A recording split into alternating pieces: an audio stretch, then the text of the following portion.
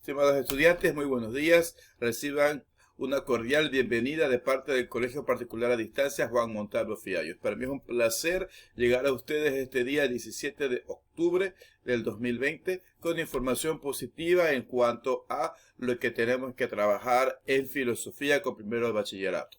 Bien, tenemos, como ustedes ven, el tema es la mayéutica.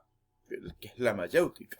¿Será algo de carro, de hidráulico? Bueno, pero podemos pensar muchas cosas, pero en este caso y este preciso momento vamos a analizar qué es la mayéutica, una palabra que les va a servir muchísimo y que de hecho muchos lo hemos utilizado ya.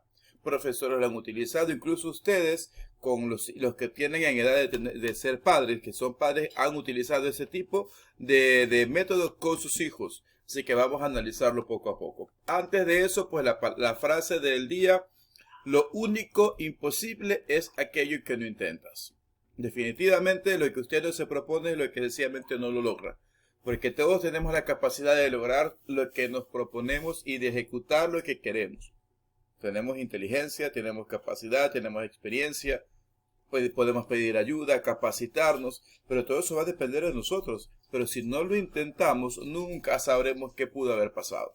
Era el momento de arriesgarnos, de ir más allá, de conocer que sí podemos dar lo mejor y que podemos hacerlo de la manera correcta. Bien, vamos a seguir ahora. El tema de nosotros es, como les mencionaba, la mayéutica. ¿Qué es esto de mayéutica? La he escuchado por ahí, pero ¿qué será? Bien, en primer lugar debemos recordar o debemos de conocer que la mayéutica es un método socrático. De por ahí ya usted está viendo que es un método filosofal, pero antes veamos quién es Sócrates. ¿Okay? Mire que para preguntarlo en mayéutica nos vamos a otra pregunta. ¿Quién es Sócrates? Sócrates nació en el año 470 a.C. y murió en el año 399 a.C. Fue un filósofo griego considerado como uno de los más grandes, tanto de la filosofía occidental como universal, y como precursor de Platón y Aristóteles, siendo los tres representantes fundamentales de la filosofía griega. Sócrates no escribió ninguna obra, y aquí el detalle: Sócrates no escribió ninguna obra porque creía que cada uno debía desarrollar sus propias ideas. Conocemos sus ideas porque Platón se basó en ellas para escribir sus diálogos. Era un alumno de Sócrates. Pero note, él decía: yo no tengo por qué escribir ninguna obra porque lo que yo pienso es mío. Y lo que los demás vayan a pensar es de cada uno propio de su autoría. O sea, interesante la filosofía de este señor Sócrates. Bien, veamos entonces qué es la mayéutica, definición exacta y correcta. Es un método socrático de enseñanza basado en el diálogo entre maestro y discípulo con la intención de llegar al conocimiento de la esencia o rasgos universales de las cosas.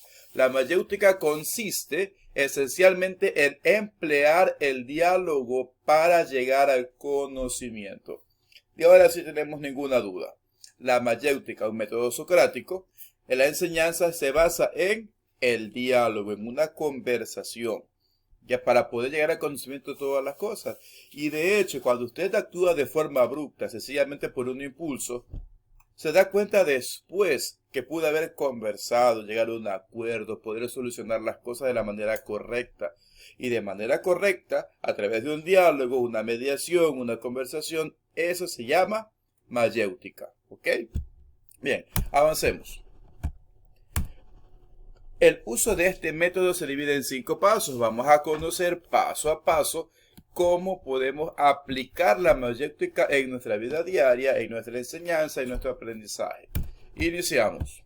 Paso número 1. Se plantea una cuestión que en el caso del uso que Sócrates hizo de este método podía expresarse con preguntas del siguiente tipo. ¿Qué es la virtud? ¿Qué es la ciencia? ¿En qué consiste la belleza? Para Sócrates en ese tiempo esas eran las preguntas que se hacían. Porque lo que decían que la belleza tenía que ser un formato, mientras que él decía que la belleza no tenía límites y que para cada uno la belleza existe, de acuerdo a como quiera verlo, ¿verdad? ¿Qué es la virtud? La virtud sencillamente aplica a un tipo de conocimiento personal. Tiene que mi forma de pensar en algo virtuoso ser la forma de pensar de otra persona.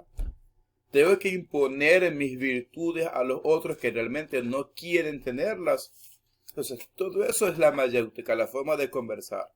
Bien, seguimos. Paso número 2. Entonces, el primer paso era empezar a hacer preguntas, expresarse con preguntas y tratar de, como por ahí dicen, sacar información en base a preguntas. Buscar la mejor manera de preguntar sin acosar o a causar tedio a la persona. Segunda pregunta. El segundo paso, perdón.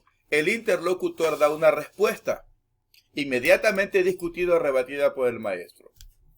El alumno da su respuesta y lo que hace el maestro, en vez de decirle sí, está bien o no está correcto, es preguntar en base a esa respuesta. ¿Ok?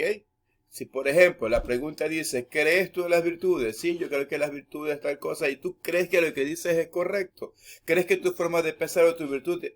Entonces, de esa manera se rebate nuevamente la respuesta de ese alumno. Siguiente. Paso número 3. A continuación se sigue una discusión sobre el tema que sume al interlocutor en confusión.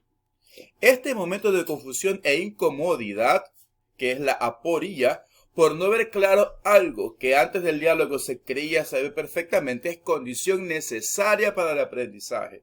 Sócrates lo identifica como los dolores que siente la parturienta antes de dar a luz. Es como cuando dice, el profesor me puso en jaque mate, porque estaba respondiendo y me buscó, pero una pregunta que ya no la pude dar. Ese es parte del aprendizaje, porque en el momento que usted se pone a pensar en una pregunta que se le cuestiona su propio pensamiento, usted dice, ¿cómo respondo ahora? Y es ahí cuando empieza a extrapolar conocimientos, o si no los tiene, pues va a su casa inmediatamente a investigar qué es lo que el profesor me quiso decir. De esa manera se va generando aprendizaje. Y eso causa un cierto incomodidad, pero es lo que nos provoca que usted se despierte a seguir investigando, a seguir aprendiendo. Paso número 4. Tras este momento de confusión, la intención del método mayéutica es elevarse progresivamente a definiciones cada vez más generales y precisas de la cuestión que se investiga.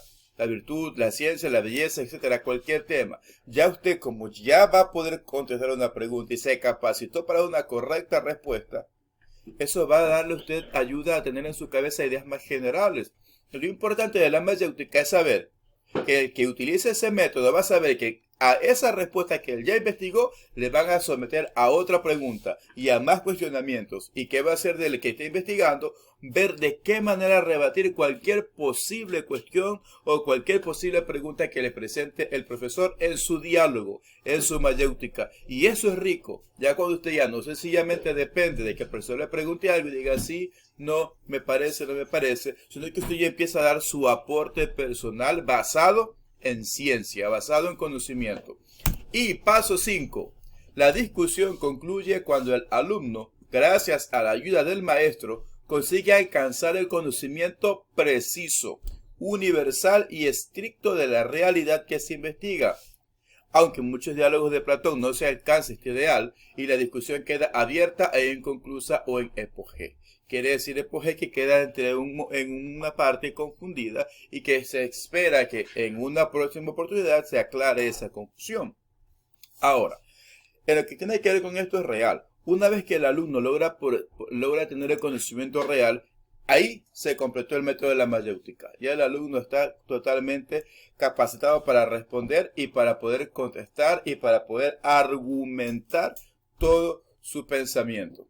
Pero no siempre se llega a una conclusión. ¿Por qué? Porque tantas preguntas van a permitir que se extienda una conversación, un diálogo, y ese método pues trascienda a una posterior clase más, donde ambas personas, tanto el maestro como el alumno, van a seguir en un aprendizaje constante.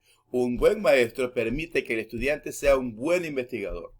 Un mal maestro permite que el estudiante solo copie y pegue o sencillamente base información en contenidos ya pasados, pero no en algo nuevo que aporte a la ciencia.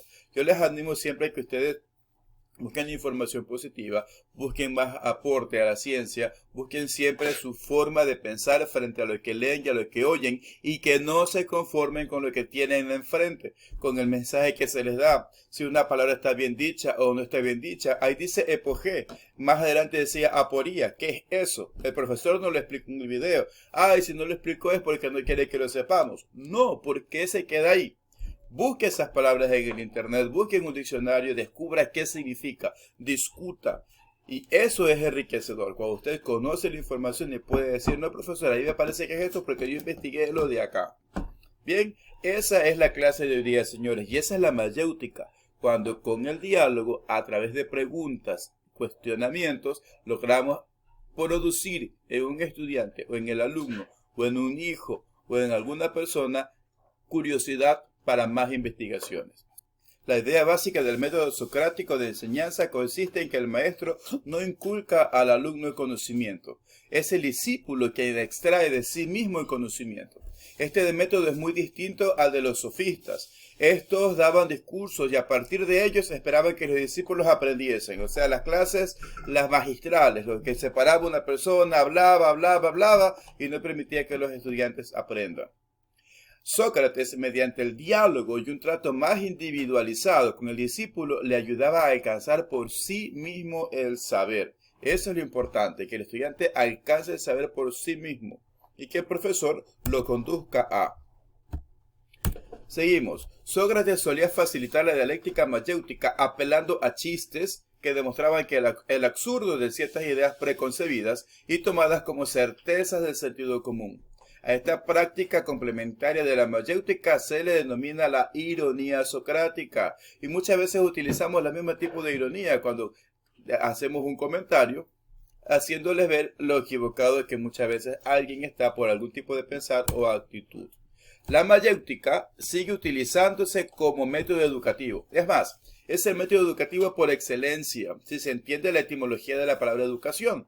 Método que funciona haciendo preguntas al alumno para que éste llegue por sí mismo a las conclusiones. En este sentido, la mayéutica como educación es prácticamente lo opuesto a la instrucción.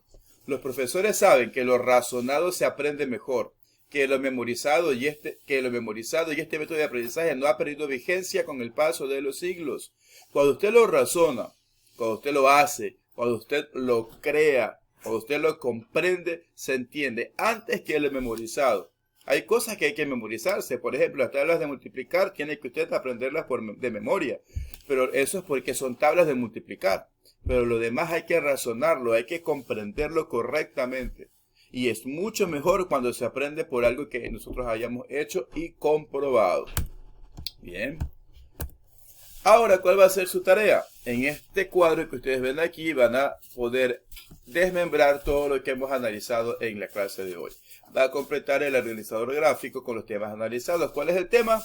Central sería la mayéutica. Aquí usted pone la mayéutica y el concepto de mayéutica. ¿Cuántos pasos tiene? Paso 1, paso 2, paso 3, paso 4 y paso 5. ¿Qué hace el paso 1? ¿Qué hace el paso 2? ¿Qué hace el paso 3? ¿Qué hace en el paso 4? ¿Y qué hacemos en el paso 5? Y ahí está, en un organizador gráfico resumido, la clase del día de hoy. Esa va a ser su tarea. Recuerden que pueden hacerla digitalmente, pueden imprimirla y hacerla a mano, o pueden transcribirlo como ustedes puedan presentarlo. ¿Ok? Para mí ha sido un placer llegar hoy día con esta clase. Esperamos vernos en una próxima oportunidad. No olviden ponerse al día con sus pensiones, con sus pagos, con sus responsabilidades, que eso les beneficia a todos en esta comunidad educativa montalvina. Muy bien, no queda más que decirles que tengan un excelente fin de semana.